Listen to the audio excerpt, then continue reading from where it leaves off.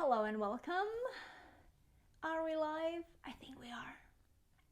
So let's dive right in. I wanted to talk about prioritizing today because I had an experience with a group recently and I wanted to share it because it could give you a better insight into how our minds really work when we talk about prioritizing and when we try to prioritize all the things work, business, life, and also prioritize our priorities.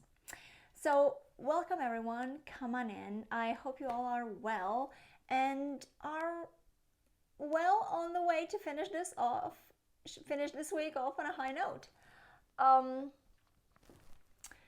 Fairly recently, I started to journal. And I wanted to start with this because I heard so many benefits.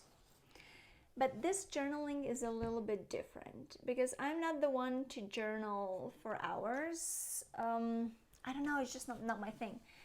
But because of the benefits that I wanted for myself, I tried to give it a go. And I'm using this one, 5-minute journal. And the good thing about this is that it literally takes 5 minutes. It's by Intelligent Change.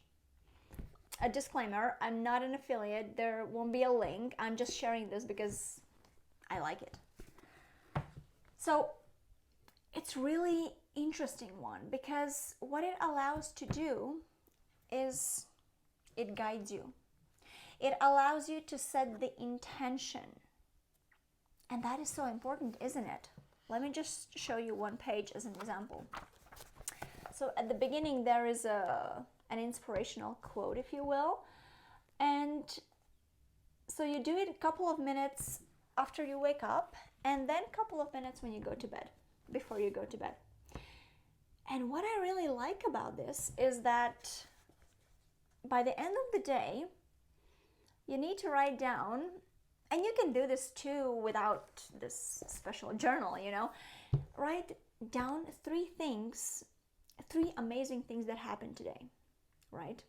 Because so very often we get too busy, we get disconnected, and this is how we connect. This is how we connect with ourselves, and we remind ourselves that actually every day there are hundreds of things that are happening that we can actually appreciate happening, right?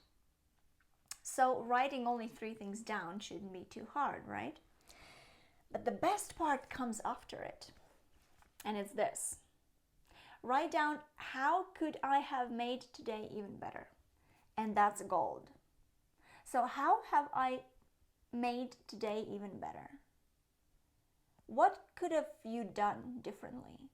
And it's not about, oh, I wish today would be more sunny, then I could do this and that. But really write down things that you are in control of, that you could have changed in your attitude, in your behavior, in your actions.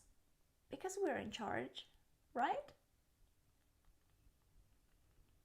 And this is what I like about this journal. It sets that intention in the morning, and then again you change that perception in the evening. Let's talk about intention. And because intention is the same when we talk about time, right? What's the intention behind our actions? What's the intention behind the journaling, right? What's the intention behind exercising, taking care of ourselves, managing our time better? What's the intention behind our time management, planning, scheduling? Are we taking care of the time we have, or are we being slaves to it? Is it working in our favor, or are we working for it to fit all our things in, nearly meeting the deadlines, and multitasking until exhaustion? What's the intention? What do we want? There's a big difference when setting intention about this, right? Because without that intention, how we can prioritize our tasks, how we can gain clarity around our to-do list, and what to focus on and when to do things. So I recently did a workshop where I was talking about on this topic of prioritizing. And what was interesting is that most of the participants had no idea what their priorities in life were.